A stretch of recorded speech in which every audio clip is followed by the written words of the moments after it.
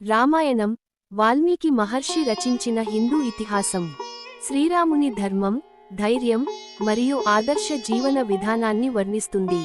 రామాయణాన్ని ఆదికావ్యం అని కూడా అంటారు. రామాయణము 24,000 శ్లోకాలు. ఇది 7 కాండలుగా విభజించబడింది. బాలకాండ, అయోధ్యాకాండ, అరణ్యకాండ, కిష్కింధాకాండ, సుందరకాండ, యుద్ధకాండ మరియు ఉత్తరకాండ. మొదటిది బాలకాండ. అయోధ్యలో కోసల రాజు దశరథుడు పరిపాలిస్తున్నాడు. ఆయనకు సంతానం లేకపోవడంతో పుత్రకామేష్టి యాగం చేయిస్తాడు. యాగఫలంగా ఆయన భార్యలు కౌసల్య, సుమిత్ర, కైకేయి గర్భం ధరిస్తారు. కౌసల్యకు రాముడు, కైకేయికి భరతుడు, సుమిత్రకు లక్ష్మణుడు, శత్రుఘ్నుడు జన్మిస్తారు. రాముడు విష్ణుమూర్తి అవతారంగా జన్మించాడు. కొద్ది కాలంలోనే ఆ పిల్లలు అందమైన యువరాజులుగా ఎదిగి వారి జ్ఞానం మరియు బలానికి రాజ్యం అంతటా ప్రసిద్ధి చెందారు.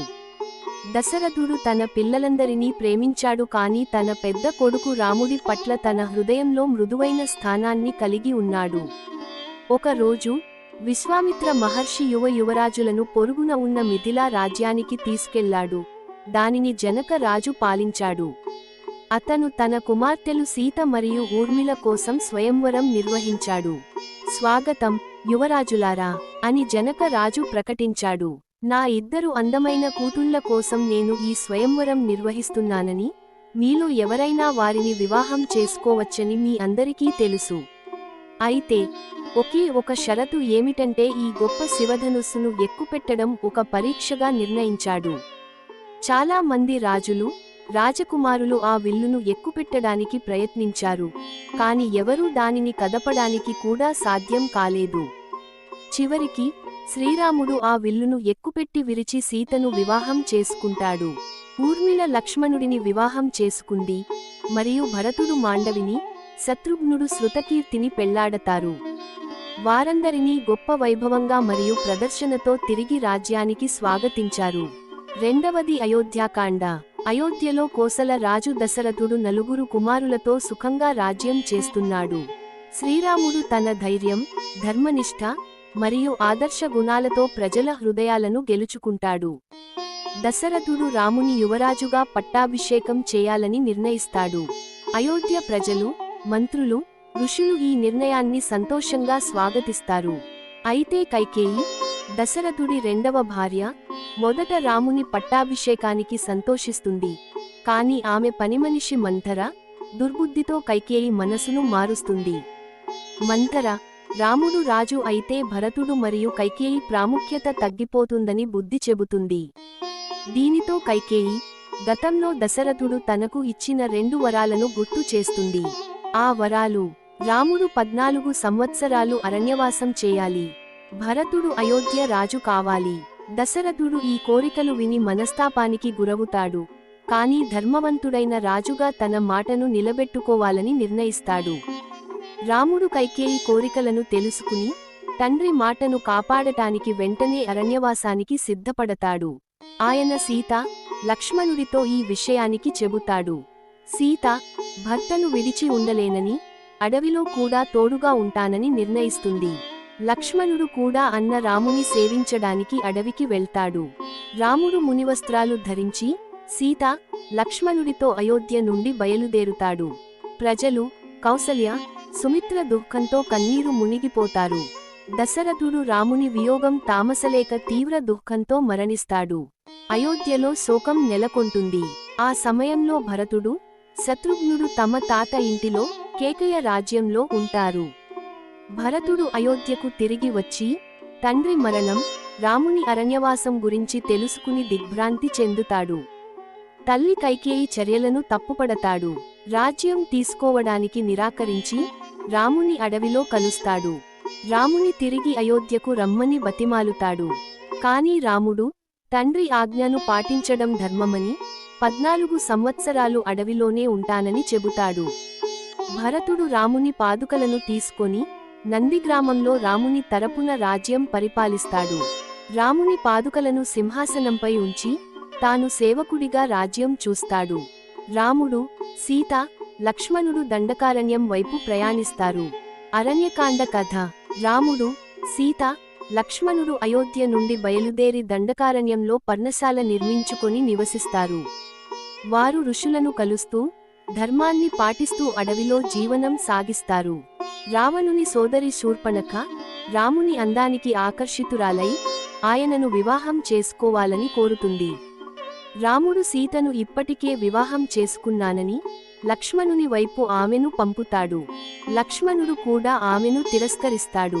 కోపంతో శూర్పణఖ సీతను హాని చేయడానికి ప్రయత్నిస్తుంది. దీనితో లక్ష్మణుడు ఆమె ముక్కు, చెవులు కత్తిరిస్తాడు. అవమానితురాలైన శూర్పణఖ తన సోదరుడైన రావణుని వద్దకు వెళ్లి సీత అందచందాలను, రాముని ధైర్యాన్ని గురించి చెబుతుంది. శూర్పణఖ మాటలతో సీతపై మోహం పెంచుకున్న రావణుడు ఆమెను అపహరించాలని నిర్ణయిస్తాడు. అతను తన సోదరుడు మారీచుని సాయం తీసుకుంటాడు. మారీచుడు బంగారు జింక రూపంలో రాముని పర్ణశాల వద్దకు వస్తాడు.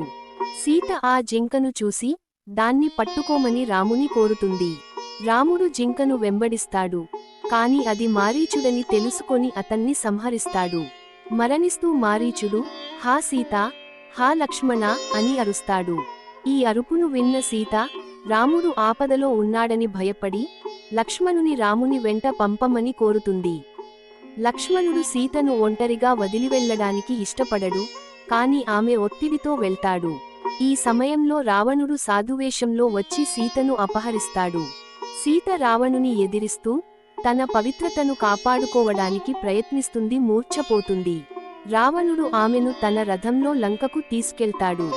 సీతాపహరణాన్ని చూసిన జటాయువు రావణుని ఎదిరిస్తాడు. వృద్ధుడైన జటాయువు రావణునితో ధీటుగా పోరాడినా రావణుడు అతని రెక్కలను కత్తిరించి జటాయువును గాయపరుస్తాడు. సీత లంకకు తీసుకెళ్లబడుతుంది. రాముడు, లక్ష్మణుడు తిరిగి పర్ణశాలకు వచ్చి సీత లేనట్లు చూసి తీవ్ర దుఃఖంలో మునిగిపోతారు. వారు సీత కోసం అడవిలో వెతుకుతూ గాయపడిన జటాయువును కలుస్తారు. జటాయువు రావణుడు సీతను లంకకు తీసుకెళ్లిన విషయానికి చెప్పి ప్రాణాలు వదిలిస్తాడు. రాముడు జటాయువుకు అంత్యక్రియలు నిర్వహిస్తాడు. సుగ్రీవునితో సమాగమం సీత కోసం వెతుకుతూ రాముడు, లక్ష్మణుడు ఋష్యమూక పర్వతంపై సుగ్రీవుని, హనుమంతుని కలుస్తారు. మూడవది కిష్కింధాకాండ. హనుమంతుడు సుగ్రీవుని ప్రతినిధిగా రాముని కలిసి ఆయన ఉద్దేశాన్ని తెలుసుకుంటాడు. రాముని ధర్మవంతమైన స్వభావాన్ని గుర్తించిన సుగ్రీవుడు ఆయనతో స్నేహం చేస్తాడు. సుగ్రీవుడు తన దుఃఖాన్ని రామునితో పంచుకుంటాడు. వాలి సుగ్రీవుడి భార్య రుమను అపహరించి అతన్ని కిష్కింధ నుండి తరిమివేశాడని చెబుతాడు. రాముడు సుగ్రీవునికి సహాయం చేస్తానని, వాలిని సంహరించి కిష్కింధ రాజ్యాన్ని తిరిగి ఇప్పిస్తానని వాగ్దానం చేస్తాడు. బదులుగా సుగ్రీవుడు సీతను వెతకడానికి వానర సైన్యంతో సహాయం చేస్తానని మాట ఇస్తాడు. సీత లంకలో ఉందని సుగ్రీవుడు అనుమానిస్తాడు. ఆమె వదిలిన ఆభరణాలను చూపించి రామునికి ధైర్యం చెబుతాడు. రాముడు సీత ఆభరణాలను చూసి ఆమె జ్ఞాపకాలతో దుఃఖిస్తాడు. సుగ్రీవుడు వాలిని యుద్ధానికి సవాలు చేస్తాడు. రాముడు ఒక చెట్టు వెనుక దాక్కొని వాలిని బాణంతో సంహరిస్తాడు. వాలి మరణిస్తూ రాముని నీతిని ప్రశ్నిస్తాడు. కాని రాముడు వాలి చేసిన అన్యాయాలను, ధర్మ రక్షణ కోసం తాను చేసిన పనిని వివరిస్తాడు. వాలి తన తప్పును ఒప్పుకొని తన కుమారుడు అంగదుని రామునికి అప్పగిస్తాడు. వాలి మరణం తర్వాత సుగ్రీవుడు కిష్కింధ రాజుగా పట్టాభిషిక్తుడవుతాడు. రుమ తిరిగి సుగ్రీవునికి చేరుతుంది. సుగ్రీవుడు రాజ్య సుఖాలలో మునిగిపోయి సీత అన్వేషణను కొంతకాలం నిర్లక్ష్యం చేస్తాడు. లక్ష్మణుడు కోపంతో సుగ్రీవుని హెచ్చరిస్తాడు. సుగ్రీవుడు తన తప్పును ఒప్పుకొని సీత కోసం వానర సైన్యాన్ని సమీకరిస్తాడు. సుగ్రీవుడు వానర సైన్యాన్ని 4 దిశలకు పంపి సీత కోసం వెతకమని ఆదేశిస్తాడు. హనుమంతుడు, అంగదుడు, జాంబవంతుడు, ఇతర వానరులు దక్షిణ దిశ వైపు వెళతారు. రాముడు హనుమంతునికి తన ఉంగరాన్ని ఇచ్చి సీతకు దాన్ని చూపమని చెబుతాడు. వానరులు సముద్రతీరం వరకు వెళ్లి సీత ఆచూకీ గురించి సమాచారం లేక ఆందోళన చెందుతారు. సంపాతి అనే గృధ్రుడు, జటాయువు సోదరుడు, సీత లంకలో రావణుని అశోకవనంలో ఉందని చెబుతాడు. ఈ సమాచారంతో వానరులు ఉత్సాహం పొందుతారు. హనుమంతుడు సముద్రం దాటి లంకకు వెళ్లేందుకు సిద్ధమవుతాడు. ఐదవది సుందరకాండ. రావణుడు సీతను అపహరించి లంకకు తీసుకెళ్లిన తర్వాత రాముడు ఆమెను వెతకడానికి వానర సైన్యాన్ని దక్షిణ దిశలో పంపిస్తాడు. సముద్రాన్ని దాటడం అనే పెద్ద సవాలును ఎదుర్కొన్న హనుమంతుడు తన అసాధారణ శక్తులతో సముద్రాన్ని దాటి లంకలోకి ప్రవేశిస్తాడు. లంకలో హనుమంతుడు రావణుని రాజభవనంలో సీతను అశోకవనంలో కనుగొంటాడు. ఆమె రావణుని ఒత్తిడిలో ఉన్నప్పటికీ తన ధర్మం మరియు రాముని పట్ల భక్తిని కాపాడుకుంటుంది. హనుమంతుడు సీతకు రాముని సందేశాన్ని అందజేస్తాడు. ఆమెకు రాముని చిహ్నమైన ఉంగరాన్ని చూపిస్తాడు. సీత కూడా తన ఆభరణాన్ని రామునికి అందజేయమని హనుమంతుడిని కోరుతుంది. హనుమంతుడు లంకలో కొంత గందరగోళం సృష్టిస్తాడు. అశోకవనాన్ని ధ్వంసం చేస్తాడు మరియు రావణుని సైన్యంతో యుద్ధం చేస్తాడు. రావణుని కుమారుడు ఇంద్రజిత్తు అతన్ని బంధిస్తాడు. కాని హనుమంతుడు రావణుని సభలో రాముని గొప్పతనాన్ని ప్రకటిస్తాడు మరియు రావణుని సీతను విడిచిపెట్టమని హెచ్చరిస్తాడు. రావణుడు హనుమంతుడి తోకకు నిప్పు పెట్టమని ఆదేశిస్తాడు. కాని హనుమంతుడు ఆ నిప్పుతో లంకలోని అనేక భాగాలను కాల్చివేస్తాడు. చివరగా హనుమంతుడు సీత సురక్షితంగా ఉందని, ఆమె రాముని పట్ల నమ్మకంగా ఉందని రామునికి తెలియజేస్తాడు. ఆరవది యుద్ధకాండ. సీత లంకలో ఉన్నట్లు హనుమంతుడు రామునికి తెలియజేసిన తర్వాత రాముడు, లక్ష్మణుడు, సుగ్రీవుడు, హనుమంతుడు మరియు వానర సైన్యం లంకపై దాడి చేయడానికి సన్నద్ధమవుతారు. వారు సముద్రాన్ని దాటడానికి సేతువును, రామసేతు, నిర్మిస్తారు.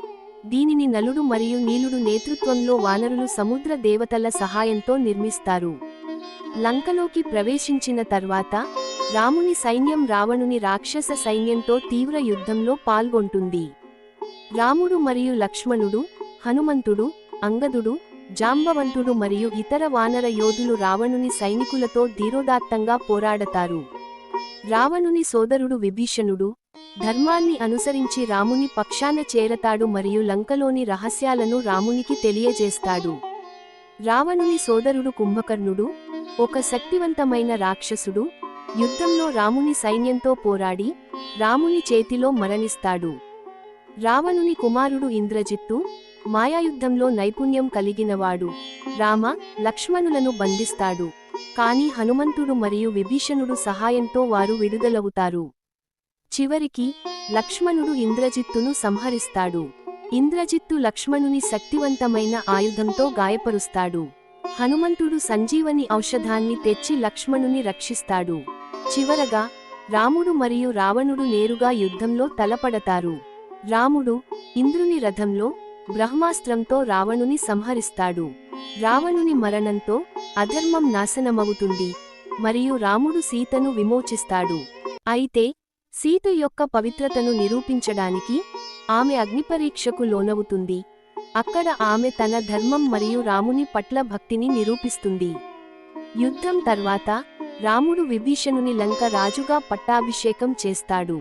ఉత్తరకాండ. రావణుని సంహరించి సీతను విమోచించిన తర్వాత రాముడు, సీత, లక్ష్మణుడు, హనుమంతుడు, సుగ్రీవుడు మరియు వానర సైన్యం పుష్పక విమానంలో అయోధ్యకు తిరిగి వస్తారు. అయోధ్యలో రాముడు రాజుగా పట్టాభిషేకం చేయబడతాడు. ఆయన పాలన ధర్మబద్ధంగా, నీతియుతంగా సాగుతుంది. ఇది రామరాజ్యం అని పిలువబడే ఒక ఆదర్శ రాజ్యంగా పరిగణించబడుతుంది. ఇక్కడ ప్రజలు సంతోషంగా, సమృద్ధిగా జీవిస్తారు. రాముని రాజ్యంలో అంతా సవ్యంగా ఉన్నప్పటికీ అయోధ్య ప్రజలలో సీత యొక్క పవిత్రత గురించి పుకార్లు వ్యాపిస్తాయి. ఎందుకంటే ఆమె రావణుని అశోకవనంలో చాలా కాలం గడిపింది. రాజుగా ధర్మాన్ని పాటించాల్సిన బాధ్యతతో రాముడు సీతను అడవులకు నిర్వాసనం చేస్తాడు. అయినప్పటికీ ఆమె పవిత్రతపై ఆయనకు పూర్తి నమ్మకం ఉంటుంది. నిర్వాసనం తర్వాత సీత వాల్మీకి మహర్షి ఆశ్రమంలో ఆశ్రయం పొందుతుంది. అక్కడ ఆమె లవుడు మరియు కుసుడు అనే ఇద్దరు కవలలను ప్రసవిస్తుంది. వాల్మీకి వారిని పెంచుతాడు మరియు వారికి రామాయణ కథను బోధిస్తాడు. లవుడు మరియు కుసుడు ధైర్యవంతులైన, నైపుణ్యం కలిగిన యోధులుగా పెరుగుతారు. రాముడు అశ్వమేధ యాగం నిర్వహిస్తాడు. దీనిలో లవుడు మరియు కుసుడు రాముని గుర్రాన్ని ఆపి ఆయన సైన్యంతో పోరాడతారు. వారు రాముని కుమారులని తెలిసిన తర్వాత రాముడు వారిని గుర్తిస్తాడు. సీతను తిరిగి అయోధ్యకు తీసుకురావాలని రాముడు కోరుతాడు. కానీ సీత మరోసారి తన పవిత్రతను నిరూపించమని కోరబడుతుంది. దీనికి బాధపడిన సీత భూమాతను సాక్షిగా పిలిచి భూమిలోకి ప్రవేశిస్తుంది. తద్వారా ఆమె జీవితం ఈ లోకంలో ముగుస్తుంది. సీత వెళ్ళిపోయిన తర్వాత రాముడు తన జీవన పర్యంతం ధర్మపాలన చేస్తాడు. చివరగా ఆయన తన రాజ్యాన్ని లవుడు మరియు కుసుడికి అప్పగిస్తాడు. ఆ తర్వాత రాముడు సరయూ నదిలో జలసమాధి చేసుకొని విష్ణుమూర్తిగా స్వర్గానికి చేరుకుంటాడు. ఆయనతో పాటు లక్ష్మణుడు, భరతుడు, శత్రుఘ్నుడు మరియు అయోధ్య ప్రజలు కూడా స్వర్గానికి వెళతారు. హనుమంతుడు భూమిపై చిరంజీవిగా ఉండి రామభక్తులను రక్షిస్తాడని చెప్పబడుతుంది. విభీషణుడు లంకను ధర్మబద్ధంగా పాలిస్తాడు. రామాయణం ధర్మం యొక్క విజయాన్ని, రాముని ఆదర్శ జీవనాన్ని మరియు సీత, లక్ష్మణుడు, హనుమంతుడు వారి భక్తి మరియు త్యాగాలను కీర్తిస్తుంది. ఇది జీవితంలో ధర్మం, కర్తవ్యం మరియు నీతి యొక్క ప్రాముఖ్యతను బోధిస్తూ అధర్మంపై ధర్మం యొక్క అంతిమ విజయాన్ని చూపిస్తుంది. ఈ వాల్మీకి రామాయణం ఈ ఉత్తరకాండతో ముగుస్తుంది. హిందూ గ్రంథాల ప్రకారం విష్ణువు తన భక్తుల పట్ల ప్రేమతో ఈ కలియుగ యుగంలో వెంకటేశ్వరుడిగా అవతరించి మానవాళి యొక్క మోక్షం మరియు ఉద్ధరణ కోసం కనిపించాడు. దీనిని ఈ యుగంలో విష్ణువు యొక్క అత్యున్నత రూపంగా భావిస్తారు. వెంకటేశ్వర స్వామి ఆలయాన్ని కలియుగ వైకుంఠం అని కూడా పిలుస్తారు. వెంకటేశ్వరుడు విష్ణువు యొక్క మరొక రూపం. ఆయనను వెంకటాచలపతి, వెంకటరమణ, తిరుమల్ దేవర్, వరదరాజ, శ్రీనివాస, బాలాజీ, విఠ్ఠల అని కూడా పిలుస్తారు. ఆయనకు నల్లటి రంగు మరియు 4 చేతులు ఉన్నాయి. ఆయన 2 పై చేతుల్లో చక్రము శక్తికి చిహ్నం మరియు శంఖం నరకం ఉనికికి చిహ్నం. తన దిగువ చేతులను క్రిందికి చాచి భక్తులను విశ్వాసంతో ఉండమని ఇంకా రక్షణ కోసం తనకు లొంగిపోవమని చిహ్నం. వెంకటేశ్వరుని అత్యున్నత ఆలయం తిరుపతి నగరంలో ఉంది.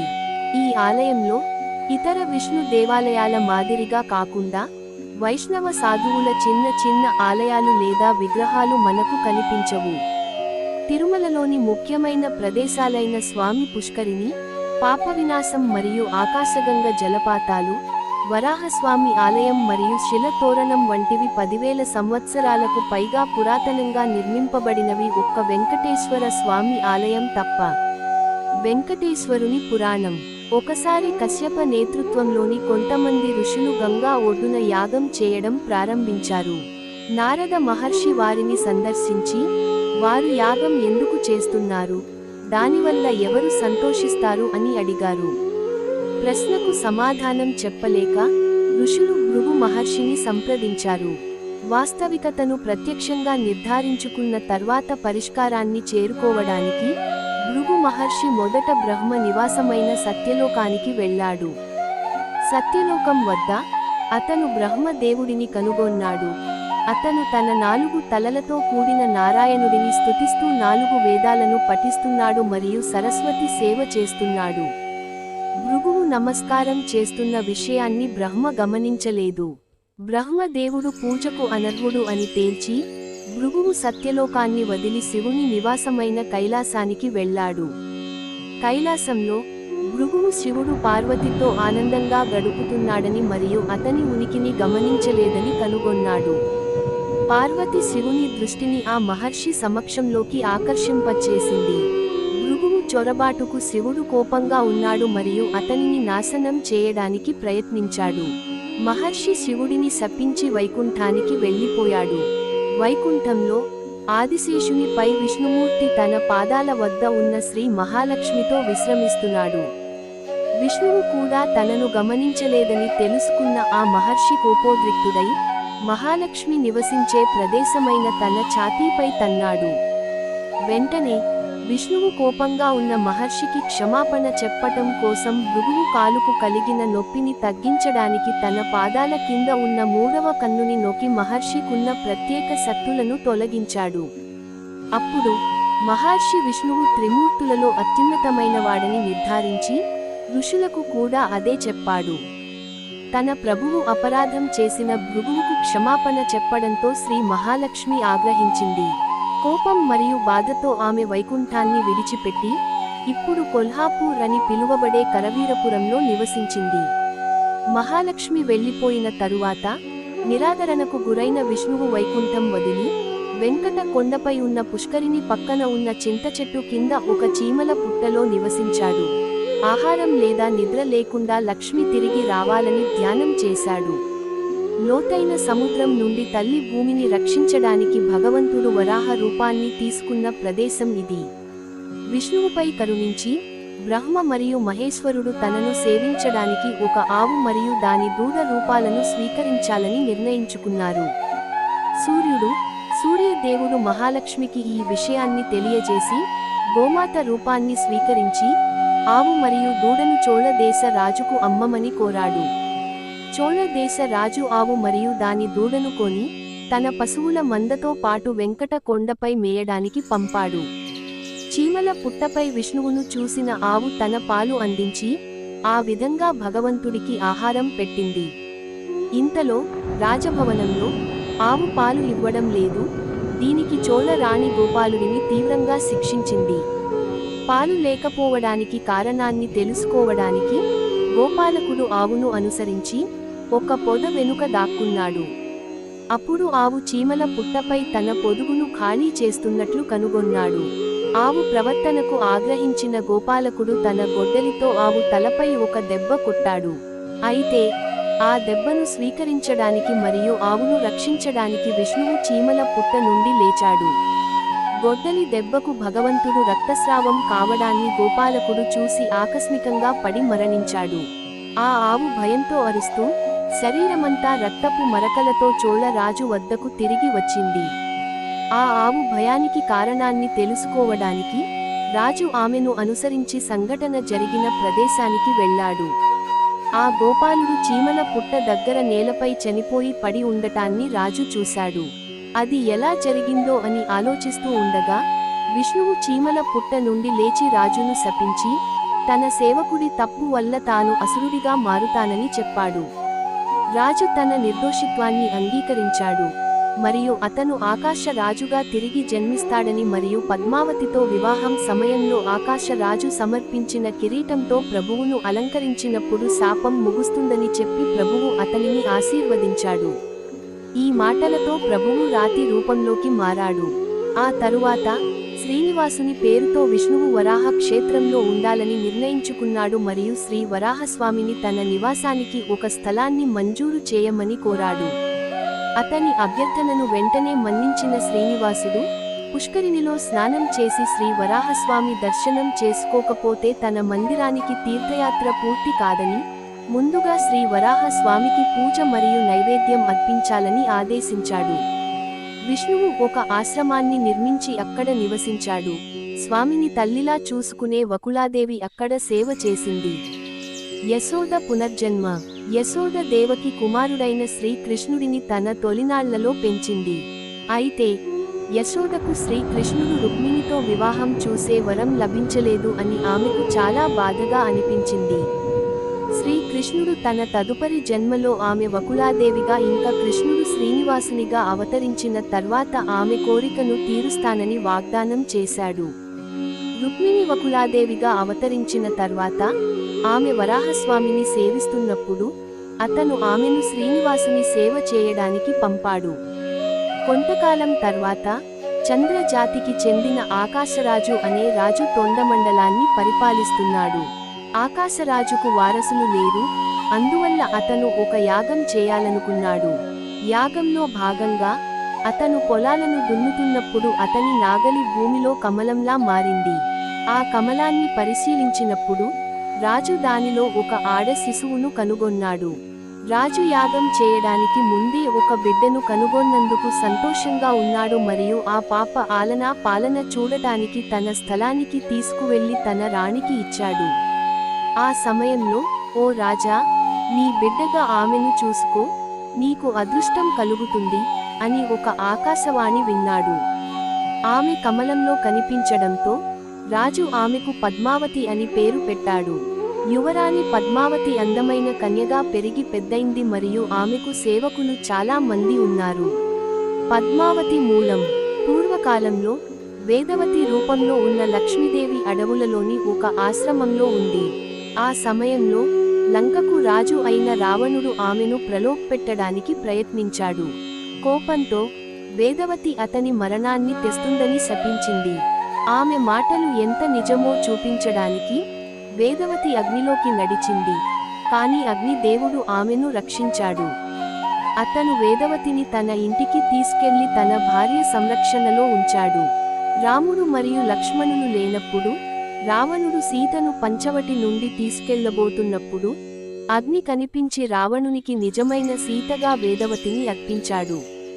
రావణుడు వేదవతిని నిజమైన సీత అని నమ్మేలా మోసపోయాడు. రావణుడు వేదవతిని నిజమైన సీత అని భావించి లంకకు తీసుకెళ్లగా అగ్ని సీతను తన ఇంటికి తీసుకెళ్లి తన భార్య స్వాహాదేవిని చూసుకోవాలని కోరాడు.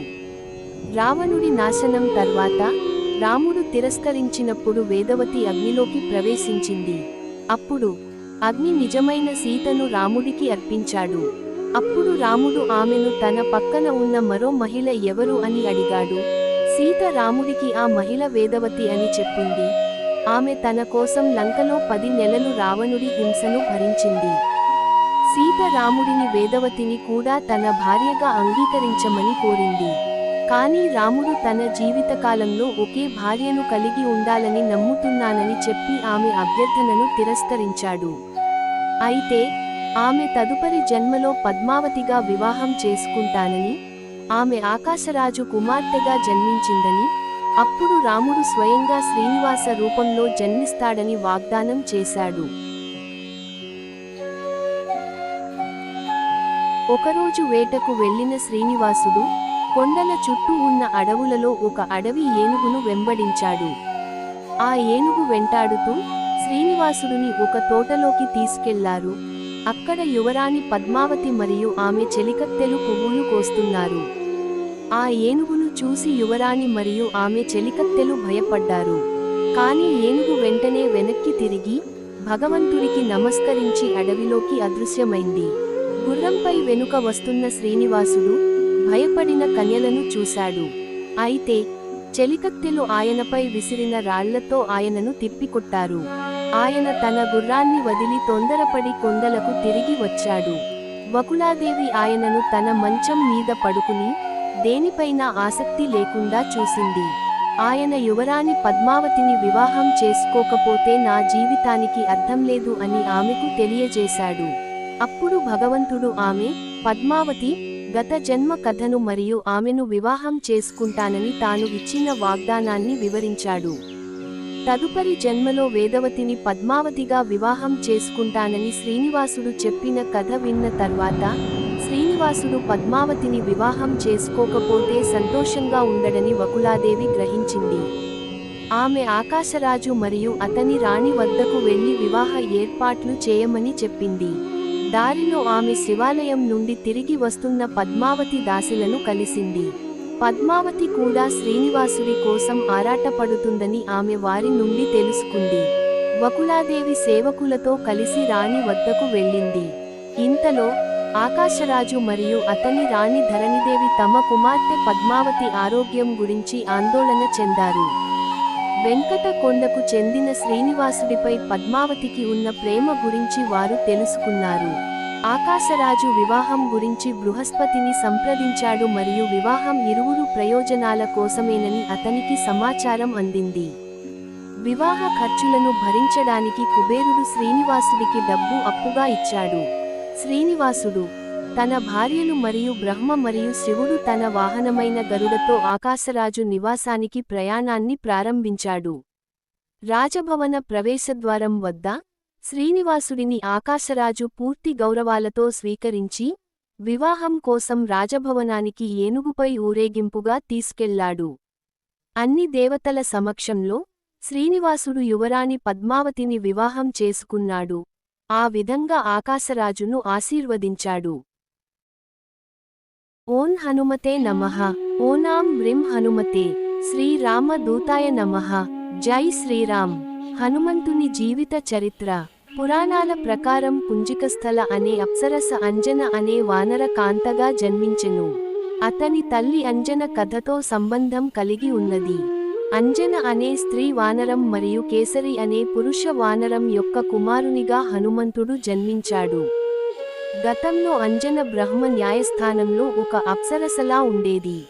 ఆమె బాల్యంలో ఒక ముని తపోభంగం కలిగించినందుకు శపించబడింది.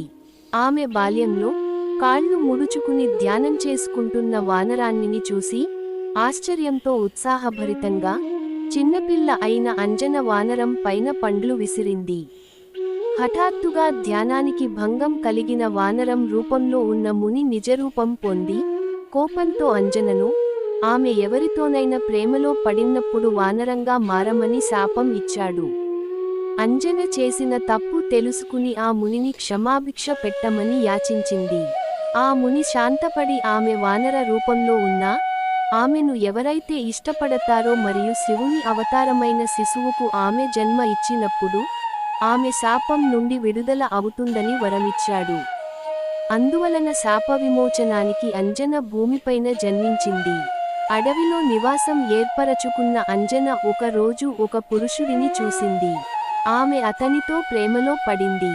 ఆమె ప్రేమలో పడిన క్షణం నుండి వెంటనే ఆమె వానర రూపంలోకి మారింది. ఆ మనిషి అంజన వద్దకు వచ్చి తన నామధేయం కేసరి అని, వానరములకు రాజును అని తనను తాను పరిచయం చేసుకున్నాడు.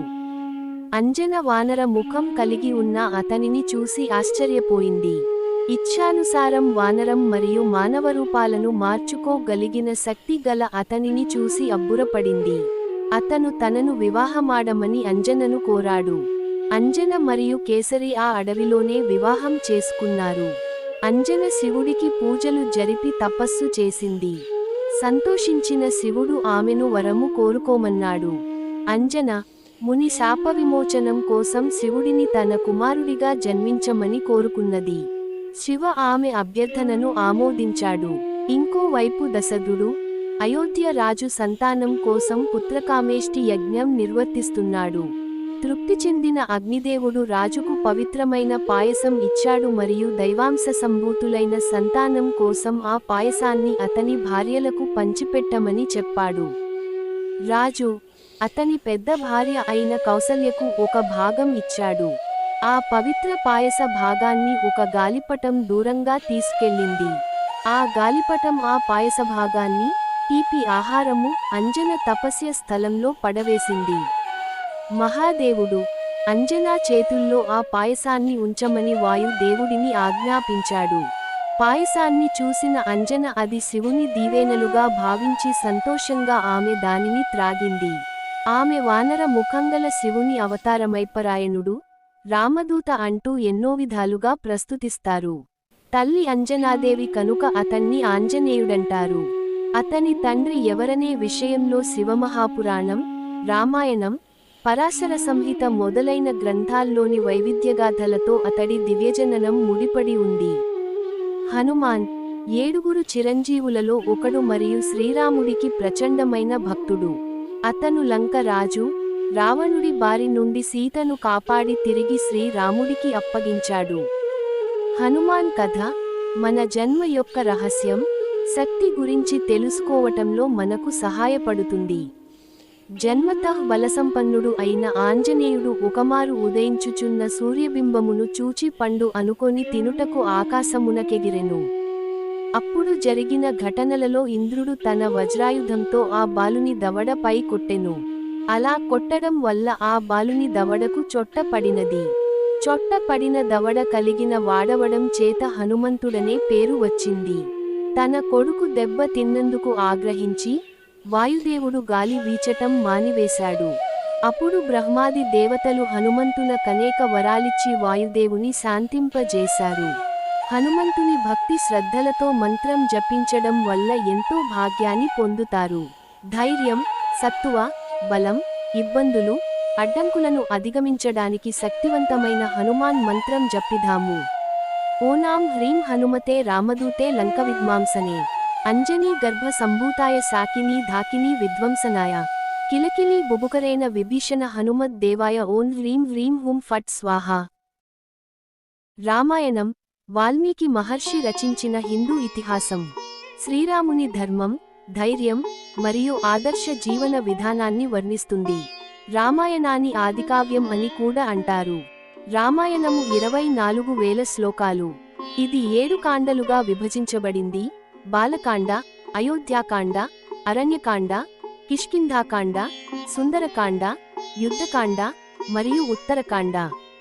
మొదటిది బాలకాండ. అయోధ్యలో కోసల రాజు దశరథుడు పరిపాలిస్తున్నాడు. ఆయనకు సంతానం లేకపోవడంతో పుత్రకామేష్టి యాగం చేయిస్తాడు. యాగఫలంగా ఆయన భార్యలు కౌసల్య, సుమిత్ర, కైకేయి గర్భం ధరిస్తారు. కౌసల్యకు రాముడు, కైకేయికి భరతుడు, సుమిత్రకు లక్ష్మణుడు, శత్రుఘ్నుడు జన్మిస్తారు. రాముడు విష్ణుమూర్తి అవతారంగా జన్మించాడు. కొద్ది కాలంలోనే ఆ పిల్లలు అందమైన యువరాజులుగా ఎదిగి వారి జ్ఞానం మరియు బలానికి రాజ్యం అంతటా ప్రసిద్ధి చెందారు. దశరథుడు తన పిల్లలందరినీ ప్రేమించాడు, కానీ తన పెద్ద కొడుకు రాముడి పట్ల తన హృదయంలో మృదువైన స్థానాన్ని కలిగి ఉన్నాడు.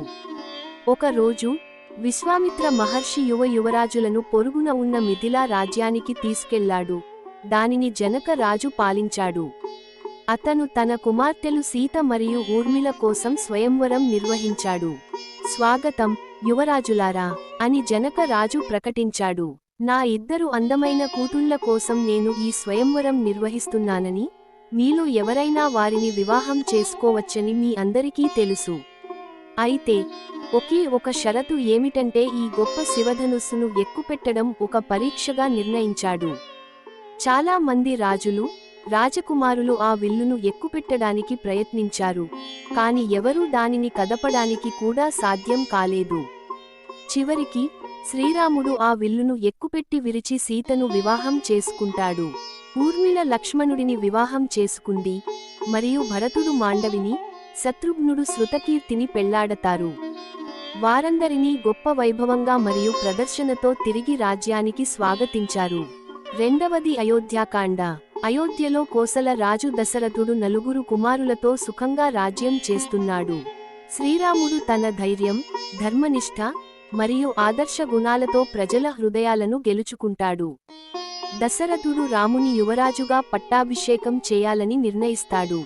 అయోధ్య ప్రజలు, మంత్రులు, ఋషులు ఈ నిర్ణయాన్ని సంతోషంగా స్వాగతిస్తారు.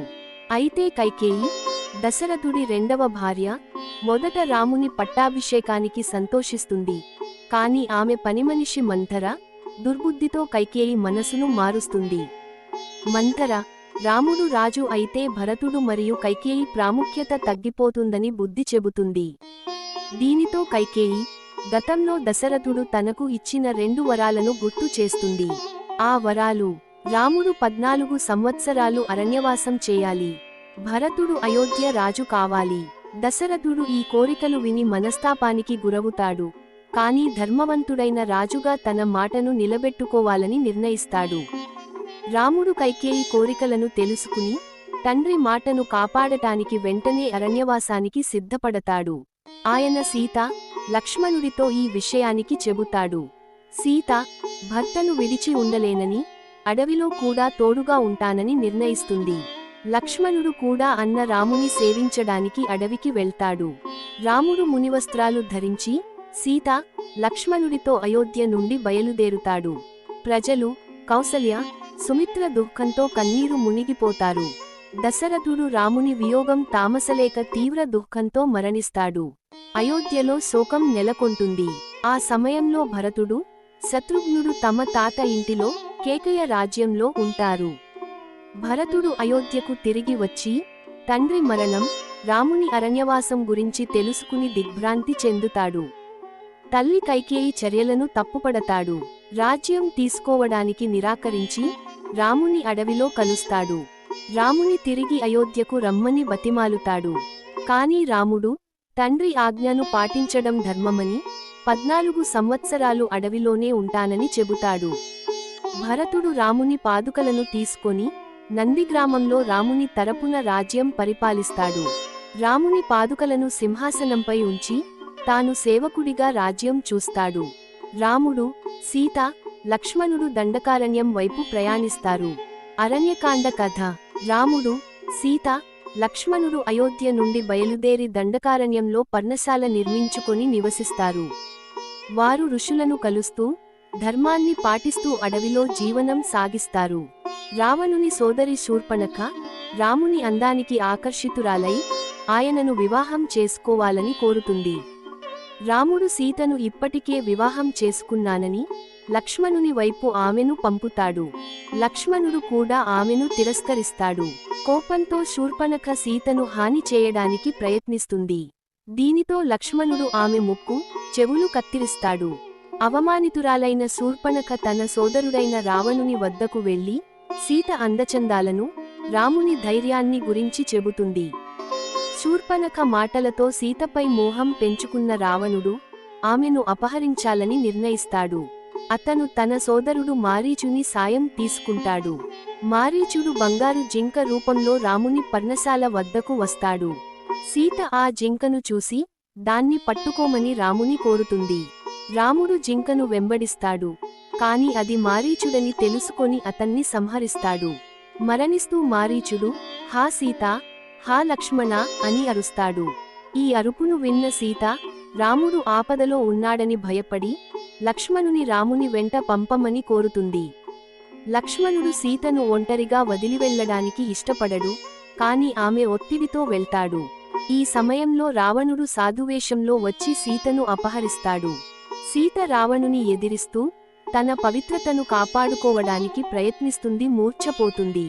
రావణుడు ఆమెను తన రథంలో లంకకు తీసుకెళ్తాడు. సీతాపహరణాన్ని చూసిన జటాయువు రావణుని ఎదిరిస్తాడు. వృద్ధుడైన జటాయువు రావణునితో ధీటుగా పోరాడినా రావణుడు అతని రెక్కలను కత్తిరించి జటాయువును గాయపరుస్తాడు. సీత లంకకు తీసుకెళ్లబడుతుంది. రాముడు, లక్ష్మణుడు తిరిగి పర్ణశాలకు వచ్చి సీత లేనట్లు చూసి తీవ్ర దుఃఖంలో మునిగిపోతారు. వారు సీత కోసం అడవిలో వెతుకుతూ గాయపడిన జటాయువును కలుస్తారు. జటాయువు రావణుడు సీతను లంకకు తీసుకెళ్లిన విషయానికి చెప్పి ప్రాణాలు వదిలిస్తాడు. రాముడు జటాయువుకు అంత్యక్రియలు నిర్వహిస్తాడు. సుగ్రీవునితో సమాగమం. సీత కోసం వెతుకుతూ రాముడు, లక్ష్మణుడు ఋష్యమూక పర్వతంపై సుగ్రీవుని, హనుమంతుని కలుస్తారు. మూడవది కిష్కింధాకాండ. హనుమంతుడు సుగ్రీవుని ప్రతినిధిగా రాముని కలిసి ఆయన ఉద్దేశాన్ని తెలుసుకుంటాడు. రాముని ధర్మవంతమైన స్వభావాన్ని గుర్తించిన సుగ్రీవుడు ఆయనతో స్నేహం చేస్తాడు. సుగ్రీవుడు తన దుఃఖాన్ని రామునితో పంచుకుంటాడు. వాలి సుగ్రీవుడి భార్య రుమను అపహరించి అతన్ని కిష్కింధ నుండి తరిమివేశాడని చెబుతాడు. రాముడు సుగ్రీవునికి సహాయం చేస్తానని, వాలిని సంహరించి కిష్కింధ రాజ్యాన్ని తిరిగి ఇప్పిస్తానని వాగ్దానం చేస్తాడు. బదులుగా సుగ్రీవుడు సీతను వెతకడానికి వానర సైన్యంతో సహాయం చేస్తానని మాట ఇస్తాడు. సీత లంకలో ఉందని సుగ్రీవుడు అనుమానిస్తాడు. ఆమె వదిలిన ఆభరణాలను చూపించి రామునికి ధైర్యం చెబుతాడు. రాముడు సీత ఆభరణాలను చూసి ఆమె జ్ఞాపకాలతో దుఃఖిస్తాడు. సుగ్రీవుడు వాలిని యుద్ధానికి సవాలు చేస్తాడు. రాముడు ఒక చెట్టు వెనుక దాక్కొని వాలిని బాణంతో సంహరిస్తాడు. వాలి మరణిస్తూ రాముని నీతిని ప్రశ్నిస్తాడు. కాని రాముడు వాలి చేసిన అన్యాయాలను, ధర్మ రక్షణ కోసం తాను చేసిన పనిని వివరిస్తాడు. వాలి తన తప్పును ఒప్పుకొని తన కుమారుడు అంగదుని రామునికి అప్పగిస్తాడు.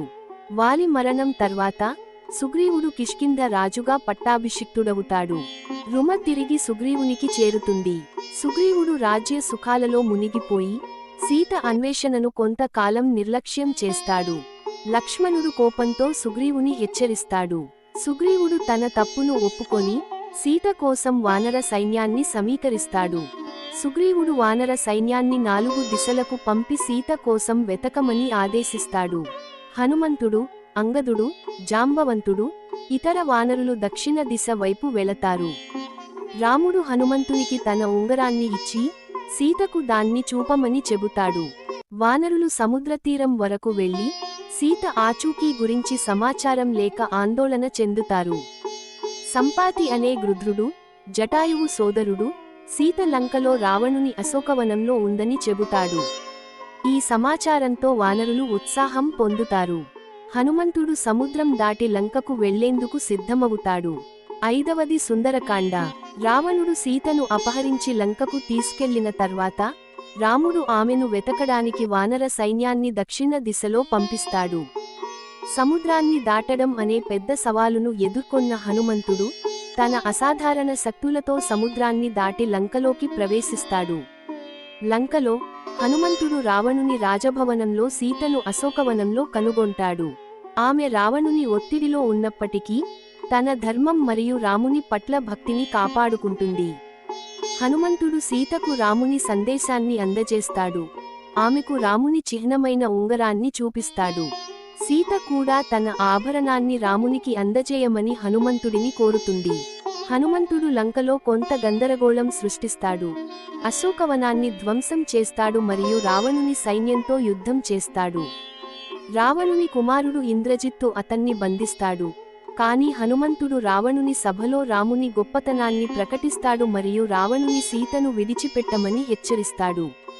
రావణుడు హనుమంతుడి తోకకు నిప్పు పెట్టమని ఆదేశిస్తాడు. కాని హనుమంతుడు ఆ నిప్పుతో లంకలోని అనేక భాగాలను కాల్చివేస్తాడు. చివరగా హనుమంతుడు సీత సురక్షితంగా ఉందని, ఆమె రాముని పట్ల నమ్మకంగా ఉందని రామునికి తెలియజేస్తాడు. 6వది యుద్ధకాండ. సీత లంకలో ఉన్నట్లు హనుమంతుడు రామునికి తెలియజేసిన తర్వాత రాముడు, లక్ష్మణుడు, సుగ్రీవుడు, హనుమంతుడు మరియు వానర సైన్యం లంకపై దాడి చేయడానికి సన్నద్ధమవుతారు. వారు సముద్రాన్ని దాటడానికి సేతువును, రామసేతు, నిర్మిస్తారు. దీనిని నలుడు మరియు నీలుడు నేతృత్వంలో వానరులు సముద్ర దేవతల సహాయంతో నిర్మిస్తారు. లంకలోకి ప్రవేశించిన తర్వాత రాముని సైన్యం రావణుని రాక్షస సైన్యంతో తీవ్ర యుద్ధంలో పాల్గొంటుంది. రాముడు మరియు లక్ష్మణుడు, హనుమంతుడు, అంగదుడు, జాంబవంతుడు మరియు ఇతర వానర యోధులు రావణుని సైనికులతో ధీరోదాత్తంగా పోరాడతారు. రావణుని సోదరుడు విభీషణుడు ధర్మాన్ని అనుసరించి రాముని పక్షాన చేరతాడు మరియు లంకలోని రహస్యాలను రామునికి తెలియజేస్తాడు. రావణుని సోదరుడు కుంభకర్ణుడు ఒక శక్తివంతమైన రాక్షసుడు, యుద్ధంలో రాముని సైన్యంతో పోరాడి రాముని చేతిలో మరణిస్తాడు. రావణుని కుమారుడు ఇంద్రజిత్తు మాయాయుద్ధంలో నైపుణ్యం కలిగినవాడు. రామ, లక్ష్మణులను బంధిస్తాడు. కాని హనుమంతుడు మరియు విభీషణుడు సహాయంతో వారు విడుదలవుతారు.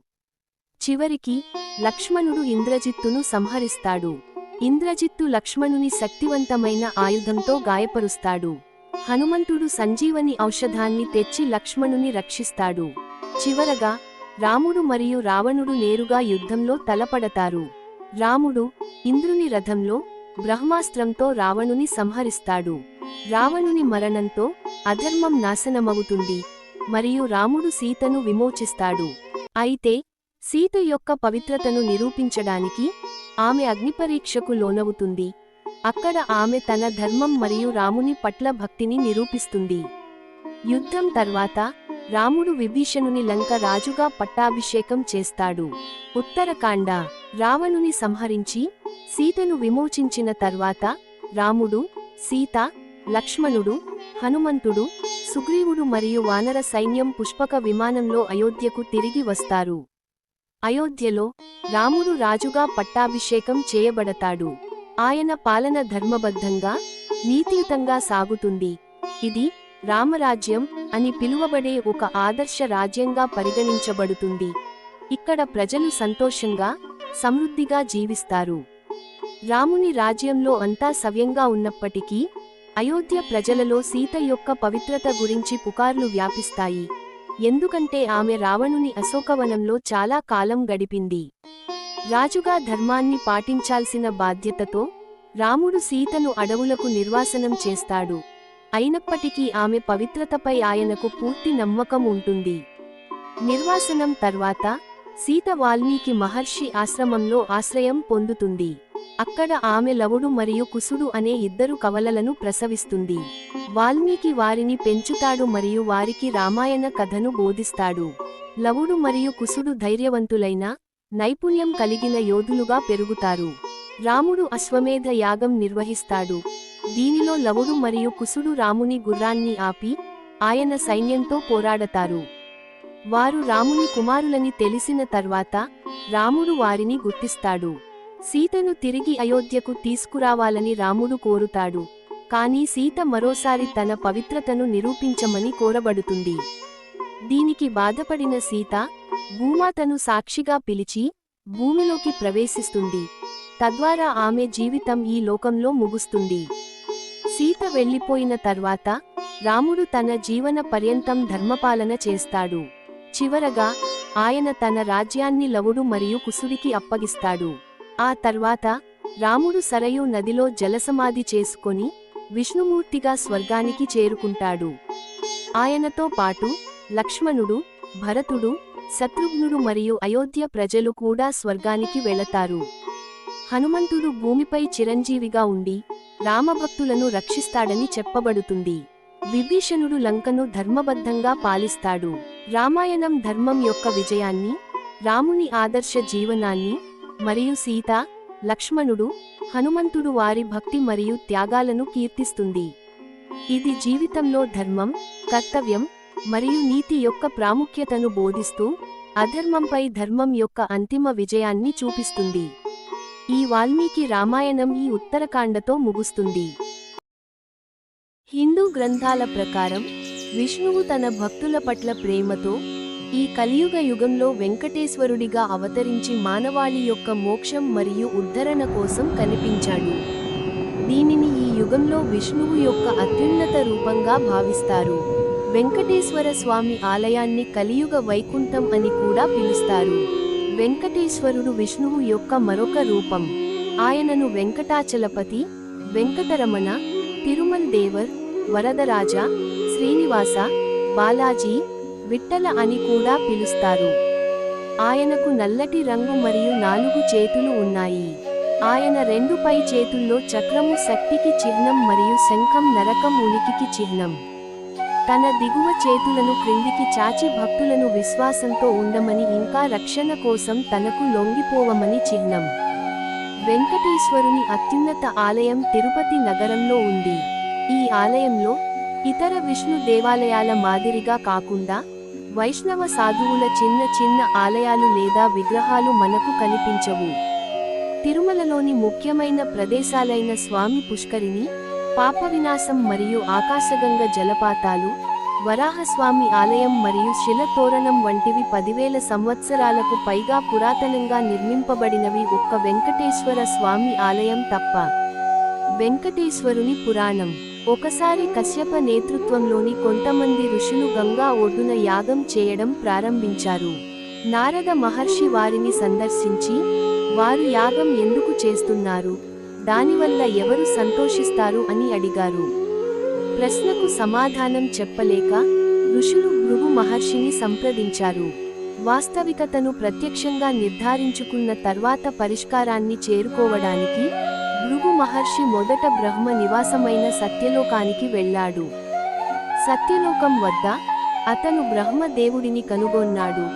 అతను తన 4 తలలతో కూడిన నారాయణుడిని స్తుతిస్తూ 4 వేదాలను పఠిస్తున్నాడు మరియు సరస్వతి సేవ చేస్తున్నాడు. భృగువు నమస్కారం చేస్తున్న విషయాన్ని బ్రహ్మ గమనించలేదు. బ్రహ్మదేవుడు పూజకు అనర్హుడు అని తేల్చి భృగువు సత్యలోకాన్ని వదిలి శివుని నివాసమైన కైలాసానికి వెళ్ళాడు. కైలాసంలో భృగువు శివుడు పార్వతితో ఆనందంగా గడుపుతున్నాడని మరియు అతని ఉనికిని గమనించలేదని కనుగొన్నాడు. పార్వతి శివుని దృష్టిని ఆ మహర్షి సమక్షంలోకి ఆకర్షింపచేసింది. భృగువు చొరబాటుకు శివుడు కోపంగా ఉన్నాడు మరియు అతనిని నాశనం చేయడానికి ప్రయత్నించాడు. మహర్షి శివుడిని శపించి వైకుంఠానికి వెళ్ళిపోయాడు. వైకుంఠంలో ఆదిశేషుని పై విష్ణుమూర్తి తన పాదాల వద్ద ఉన్న శ్రీ మహాలక్ష్మితో విశ్రమిస్తున్నాడు. విష్ణువు కూడా తనను గమనించలేదని తెలుసుకున్న ఆ మహర్షి కోపోద్రిక్తుడై మహాలక్ష్మి నివసించే ప్రదేశమైన తన ఛాతీపై తన్నాడు. వెంటనే విష్ణువు కోపంగా ఉన్న మహర్షికి క్షమాపణ చెప్పటం కోసం భృగువు కాలుకు కలిగిన నొప్పిని తగ్గించడానికి తన పాదాల కింద ఉన్న 3వ కన్నుని నొక్కి మహర్షికున్న ప్రత్యేక శక్తులను తొలగించాడు. అప్పుడు మహర్షి విష్ణువు త్రిమూర్తులలో అత్యున్నతమైనవాడని నిర్ధారించి ఋషులకు కూడా అదే చెప్పాడు. తన ప్రభువు అపరాధం చేసిన భృగువుకు క్షమాపణ చెప్పడంతో శ్రీ మహాలక్ష్మి ఆగ్రహించింది. కోపం మరియు బాధతో ఆమె వైకుంఠాన్ని విడిచిపెట్టి ఇప్పుడు కొల్హాపూర్ అని పిలువబడే కరవీరపురంలో నివసించింది. మహాలక్ష్మి వెళ్ళిపోయిన తరువాత నిరాదరణకు గురైన విష్ణువు వైకుంఠం వదిలి వెంకట కొండపై ఉన్న పుష్కరిణి పక్కన ఉన్న చింత చెట్టు కింద ఒక చీమల పుట్టలో నివసించాడు. ఆహారం లేదా నిద్ర లేకుండా లక్ష్మి తిరిగి రావాలని ధ్యానం చేశాడు. లోతైన సముద్రం నుండి తల్లి భూమిని రక్షించడానికి భగవంతుడు వరాహ రూపాన్ని తీసుకున్న ప్రదేశం ఇది. విష్ణువుపై కరుణించి బ్రహ్మ మరియు మహేశ్వరుడు తనను సేవించడానికి ఒక ఆవు మరియు దాని దూడ రూపాలను స్వీకరించాలని నిర్ణయించుకున్నారు. సూర్యదేవుడు మహాలక్ష్మికి ఈ విషయాన్ని తెలియజేసి గోమాత రూపాన్ని స్వీకరించి ఆవు మరియు దూడను చోళ దేశ రాజుకు అమ్మమని కోరాడు. చోళ దేశ రాజు ఆవు మరియు దాని దూడను కొని తన పశువుల మందతో పాటు వెంకట కొండపై మేయడానికి పంపాడు. చీమల పుట్టపై విష్ణువును చూసిన ఆవు తన పాలు అందించి ఆ విధంగా భగవంతుడికి ఆహారం పెట్టింది. ఇంతలో రాజభవనంలో ఆవు పాలు ఇవ్వడం లేదు. దీనికి చోళ రాణి గోపాలుడిని తీవ్రంగా శిక్షించింది. పాలు లేకపోవడానికి కారణాన్ని తెలుసుకోవడానికి గోపాలకుడు ఆవును అనుసరించి ఒక పొద వెనుక దాక్కున్నాడు. అప్పుడు ఆవు చీమల పుట్టపై తన పొదుగును ఖాళీ చేస్తున్నట్లు కనుగొన్నాడు.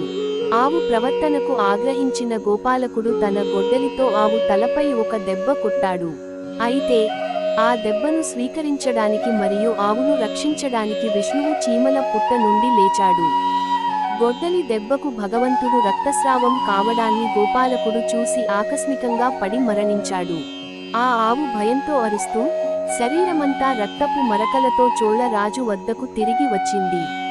ఆ ఆవు భయానికి కారణాన్ని తెలుసుకోవడానికి రాజు ఆమెను అనుసరించి సంఘటన జరిగిన ప్రదేశానికి వెళ్ళాడు.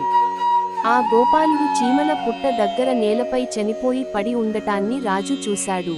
అది ఎలా జరిగిందో అని ఆలోచిస్తూ ఉండగా విష్ణువు చీమల పుట్ట నుండి లేచి రాజును శపించి తన సేవకుడి తప్పు వల్ల తాను అసురుడిగా మారుతానని చెప్పాడు. రాజు తన నిర్దోషిత్వాన్ని అంగీకరించాడు మరియు అతను ఆకాశ రాజుగా తిరిగి జన్మిస్తాడని మరియు పద్మావతితో వివాహం సమయంలో ఆకాశ రాజు సమర్పించిన కిరీటంతో ప్రభువును అలంకరించినప్పుడు శాపం ముగుస్తుందని చెప్పి ప్రభువు అతనిని ఆశీర్వదించాడు. ఈ మాటలతో ప్రభువు రాతి రూపంలోకి మారాడు. ఆ తరువాత శ్రీనివాసుని పేరుతో విష్ణువు వరాహ క్షేత్రంలో ఉండాలని నిర్ణయించుకున్నాడు మరియు శ్రీ వరాహస్వామిని తన నివాసానికి ఒక స్థలాన్ని మంజూరు చేయమని కోరాడు.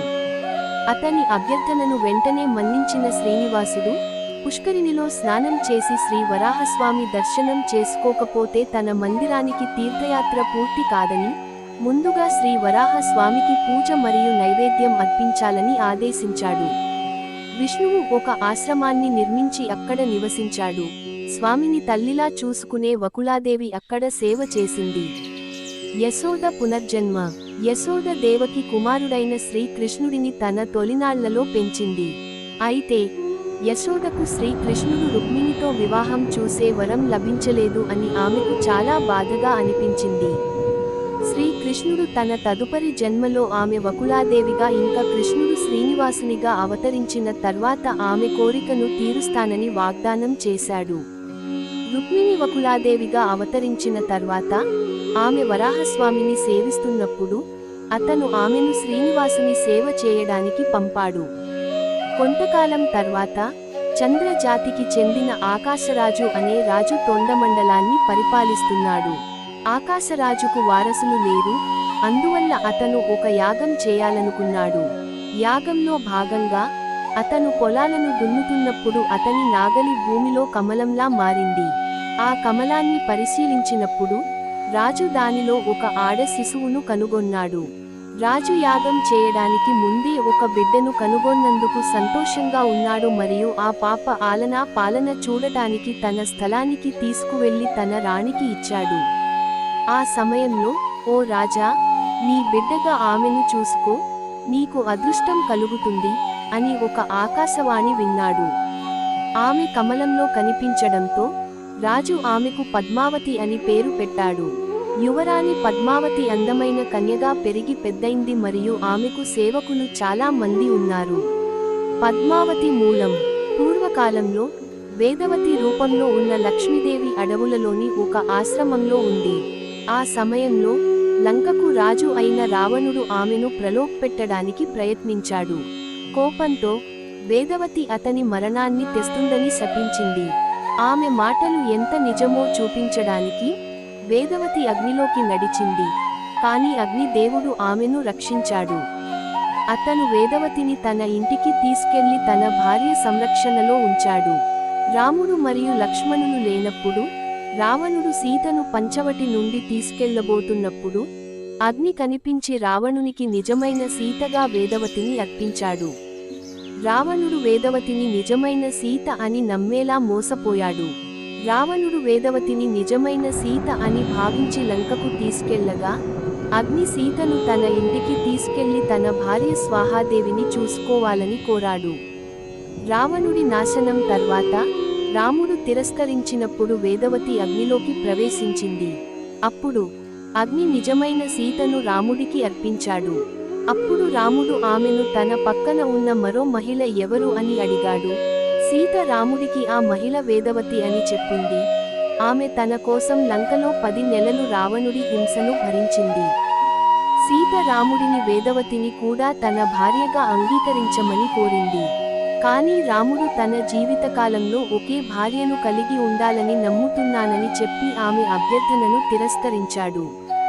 అయితే ఆమె తదుపరి జన్మలో పద్మావతిగా వివాహం చేసుకుంటానని, ఆమె ఆకాశరాజు కుమార్తెగా జన్మించిందని, అప్పుడు రాముడు స్వయంగా శ్రీనివాస రూపంలో జన్మిస్తాడని వాగ్దానం చేశాడు. ఒకరోజు వేటకు వెళ్లిన శ్రీనివాసుడు కొండల చుట్టూ ఉన్న అడవులలో ఒక అడవి ఏనుగును వెంబడించాడు.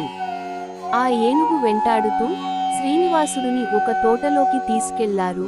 అక్కడ యువరాణి పద్మావతి మరియు ఆమె చెలికత్తెలు పువ్వులు కోస్తున్నారు. ఆ ఏనుగును చూసి యువరాణి మరియు ఆమె చెలికత్తెలు భయపడ్డారు. కాని ఏనుగు వెంటనే వెనక్కి తిరిగి భగవంతుడికి నమస్కరించి అడవిలోకి అదృశ్యమైంది. గుర్రంపై వెనుక వస్తున్న శ్రీనివాసుడు భయపడిన కన్యలను చూశాడు. అయితే చెలికత్తెలు ఆయనపై విసిరిన రాళ్లతో ఆయనను తిప్పికొట్టారు. ఆయన తన గుర్రాన్ని వదిలి తొందరపడి కొండలకు తిరిగి వచ్చాడు. వకులాదేవి ఆయనను తన మంచం మీద పడుకుని దేనిపైనా ఆసక్తి లేకుండా చూసింది. ఆయన యువరాణి పద్మావతిని వివాహం చేసుకోకపోతే నా జీవితానికి అర్థం లేదు అని ఆమెకు తెలియజేశాడు. అప్పుడు భగవంతుడు ఆమె, పద్మావతి గత జన్మ కథను మరియు ఆమెను వివాహం చేసుకుంటానని తాను ఇచ్చిన వాగ్దానాన్ని వివరించాడు. తదుపరి జన్మలో వేదవతిని పద్మావతిగా వివాహం చేసుకుంటానని శ్రీనివాసుడు చెప్పిన కథ విన్న తర్వాత శ్రీనివాసుడు పద్మావతిని వివాహం చేసుకోకపోతే సంతోషంగా ఉండడని వకులాదేవి గ్రహించింది. ఆమె ఆకాశరాజు మరియు అతని రాణి వద్దకు వెళ్లి వివాహ ఏర్పాట్లు చేయమని చెప్పింది. దారిలో ఆమె శివాలయం నుండి తిరిగి వస్తున్న పద్మావతి దాసిలను కలిసింది. పద్మావతి కూడా శ్రీనివాసుడి కోసం ఆరాటపడుతుందని ఆమె వారి నుండి తెలుసుకుంది. వకులాదేవి సేవకులతో కలిసి రాణి వద్దకు వెళ్ళింది. ఇంతలో ఆకాశరాజు మరియు అతని రాణి ధరణిదేవి తమ కుమార్తె పద్మావతి ఆరోగ్యం గురించి ఆందోళన చెందారు. వెంకట కొండకు చెందిన శ్రీనివాసుడిపై పద్మావతికి ఉన్న ప్రేమ గురించి వారు తెలుసుకున్నారు. ఆకాశరాజు వివాహం గురించి బృహస్పతిని సంప్రదించాడు మరియు వివాహం ఇరువురు ప్రయోజనాల కోసమేనని అతనికి సమాచారం అందింది. వివాహ ఖర్చులను భరించడానికి కుబేరుడు శ్రీనివాసుడికి డబ్బు అప్పుగా ఇచ్చాడు. శ్రీనివాసుడు తన భార్యలు మరియు బ్రహ్మ మరియు శివుడు తన వాహనమైన గరుడతో ఆకాశరాజు నివాసానికి ప్రయాణాన్ని ప్రారంభించాడు. రాజభవన ప్రవేశద్వారం వద్ద శ్రీనివాసుడిని ఆకాశరాజు పూర్తి గౌరవాలతో స్వీకరించి వివాహం కోసం రాజభవనానికి ఏనుగుపై ఊరేగింపుగా తీసుకెళ్లాడు. అన్ని దేవతల సమక్షంలో శ్రీనివాసుడు యువరాణి పద్మావతిని వివాహం చేసుకున్నాడు. ఆ విధంగా ఆకాశరాజును ఆశీర్వదించాడు. ఓం హనుమతే నమః. ఓం హ్రీం హనుమతే శ్రీరామ దూతాయ నమః. జై శ్రీరామ్. హనుమంతుని జీవిత చరిత్ర. పురాణాల ప్రకారం పుంజికస్థల అనే అప్సరస అంజన అనే వానర కాంతగా జన్మించెను. అతని తల్లి అంజన కథతో సంబంధం కలిగి ఉన్నది. అంజన అనే స్త్రీ వానరం మరియు కేసరి అనే పురుష వానరం యొక్క కుమారునిగా హనుమంతుడు జన్మించాడు. గతంలో అంజన బ్రహ్మ న్యాయస్థానంలో ఒక అప్సరసలా ఉండేది. ఆమె బాల్యంలో ఒక ముని తపోభంగం కలిగించినందుకు శపించబడింది. ఆమె బాల్యంలో కాళ్ళు ముడుచుకుని ధ్యానం చేసుకుంటున్న వానరాన్నిని చూసి ఆశ్చర్యంతో ఉత్సాహభరితంగా చిన్నపిల్ల అయిన అంజన వానరం పైన పండ్లు విసిరింది. హఠాత్తుగా ధ్యానానికి భంగం కలిగిన వానరం రూపంలో ఉన్న ముని నిజరూపం పొంది కోపంతో అంజనను, ఆమె ఎవరితోనైనా ప్రేమలో పడినప్పుడు వానరంగా మారమని శాపం ఇచ్చాడు. అంజన చేసిన తప్పు తెలుసుకుని ఆ మునిని క్షమాభిక్ష పెట్టమని యాచించింది. ఆ ముని శాంతపడి ఆమె వానర రూపంలో ఉన్నా ఆమెను ఎవరైతే ఇష్టపడతారో మరియు శివుని అవతారమైన శిశువుకు ఆమె జన్మ ఇచ్చినప్పుడు ఆమె శాపం నుండి విడుదల అవుతుందని వరమిచ్చాడు. అందువలన శాప విమోచనానికి అంజన భూమిపైన జన్మించింది. అడవిలో నివాసం ఏర్పరచుకున్న అంజన ఒక రోజు ఒక పురుషుడిని చూసింది. ఆమె అతనితో ప్రేమలో పడింది. ఆమె ప్రేమలో పడిన క్షణం నుండి వెంటనే ఆమె వానర రూపంలోకి మారింది. ఆ మనిషి అంజన వద్దకు వచ్చి తన నామధేయం కేసరి అని, వానరములకు రాజును అని తనను తాను పరిచయం చేసుకున్నాడు. అంజన వానర ముఖం కలిగి ఉన్న అతనిని చూసి ఆశ్చర్యపోయింది. ఇచ్ఛానుసారం వానరం మరియు మానవరూపాలను మార్చుకోగలిగిన శక్తి గల అతనిని చూసి అబ్బురపడింది. అతను తనను వివాహమాడమని అంజనను కోరాడు. అంజన మరియు కేసరి ఆ అడవిలోనే వివాహం చేసుకున్నారు. అంజన శివుడికి పూజలు జరిపి తపస్సు చేసింది. సంతోషించిన శివుడు ఆమెను వరము కోరుకోమన్నాడు. అంజన ముని శాప విమోచనం కోసం శివుడిని తన కుమారుడిగా జన్మించమని కోరుకున్నది. శివ ఆమె అభ్యర్థనను ఆమోదించాడు. ఇంకోవైపు దశరథుడు అయోధ్య రాజు సంతానం కోసం పుత్రకామేష్టి యజ్ఞం నిర్వర్తిస్తున్నాడు. తృప్తి చెందిన అగ్నిదేవుడు రాజుకు పవిత్రమైన పాయసం ఇచ్చాడు మరియు దైవాంశ సంభూతులైన సంతానం కోసం ఆ పాయసాన్ని అతని భార్యలకు పంచిపెట్టమని చెప్పాడు. రాజు అతని పెద్ద భార్య అయిన కౌసల్యకు ఒక భాగం ఇచ్చాడు. ఆ పవిత్ర పాయస భాగాన్ని ఒక గాలిపటం దూరంగా తీసుకెళ్ళింది. ఆ గాలిపటం ఆ పాయస భాగాన్ని, తీపి ఆహారము, అంజన తపస్య స్థలంలో పడవేసింది. మహాదేవుడు అంజనా చేతుల్లో ఆ పాయసాన్ని ఉంచమని వాయుదేవుడిని ఆజ్ఞాపించాడు. పాయసాన్ని చూసిన అంజన అది శివుని దీవెనలుగా భావించి సంతోషంగా ఆమె దానిని త్రాగింది. ఆమె వానర ముఖంగల శివుని అవతారమైపరాయణుడు, రామదూత అంటూ ఎన్నో విధాలుగా ప్రస్తుతిస్తారు. తల్లి అంజనాదేవి కనుక అతన్ని ఆంజనేయుడంటారు. అతని తండ్రి ఎవరనే విషయంలో శివమహాపురాణం, రామాయణం, పరాశర సంహిత మొదలైన గ్రంథాల్లోని వైవిధ్యగాథలతో అతడి దివ్యజననం ముడిపడి ఉంది. హనుమాన్ 7 చిరంజీవులలో ఒకడు మరియు శ్రీరాముడికి ప్రచండమైన భక్తుడు. అతను లంక రాజు రావణుడి బారి నుండి సీతను కాపాడి తిరిగి శ్రీరాముడికి అప్పగించాడు. హనుమాన్ కథ మన జన్మ యొక్క రహస్యం, శక్తి గురించి తెలుసుకోవటంలో మనకు సహాయపడుతుంది. జన్మతః బలసంపన్నుడు అయిన ఆంజనేయుడు ఒకమారు ఉదయించుచున్న సూర్యబింబమును చూచి పండు అనుకొని తినుటకు ఆకాశమునకెగిరెను. అప్పుడు జరిగిన ఘటనలలో ఇంద్రుడు తన వజ్రాయుధంతో ఆ బాలుని దవడపై కొట్టెను. అలా కొట్టడం వల్ల ఆ బాలుని దవడకు చొట్ట పడినది. చొట్ట పడిన దవడ కలిగిన వాడవడం చేత హనుమంతుడనే పేరు వచ్చింది. తన కొడుకు దెబ్బ తిన్నందుకు ఆగ్రహించి వాయుదేవుడు గాలి వీచటం మానివేశాడు. అప్పుడు బ్రహ్మాది దేవతలు హనుమంతున కనేక వరాలిచ్చి వాయుదేవుని శాంతింపజేశారు. హనుమంతుని భక్తి శ్రద్ధలతో మంత్రం జపించడం వల్ల ఎంతో భాగ్యాన్ని పొందుతారు. ధైర్యం, సత్తువ, బలం, ఇబ్బందులు, అడ్డంకులను అధిగమించడానికి శక్తివంతమైన హనుమాన్ మంత్రం జపిద్దాము. ఓం హ్రీం హనుమతే రామదూతే లంక విద్వాంసనే అంజనీ గర్భ సంభూతాయ సాకినీ ధాకినీ విధ్వంసనాయ కిలకిలీ బుబుకరేణ విభీషణ హనుమద్ దేవాయ ఓం హ్రీం హ్రీం హుం ఫట్ స్వాహా.